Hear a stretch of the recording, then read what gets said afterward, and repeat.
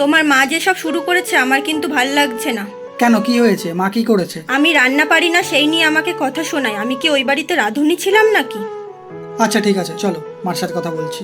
মা, তুমি ওকে এরকমভাবে বকেছো কোন কারণে? ও তো ওই বাড়িতে রাঁধুনি ছিল না যে সব কিছু শিখে নেবে। তো এখানে এসে যখন রান্না শিখতে চাইছে তুমি তো শেখাতে পারো। ওকে শেখার জন্য না বলবে? তো তুমি ওকে সেটা শেখাও। I am sorry. মানে তুমি আমাকে সরি বলছো কেন? মা আমাকে শেখাতে চেয়েছিল, মা একটু বকেছিল তাই আমি রাগ করেছিলাম। মা তো মায়ের মতন, আমার মা যদি আমাকে বকতো আমি কি রাগ করতাম? মা আমাকে শেখাতে চেয়েছিল, আমিই শিখতে চাইনি।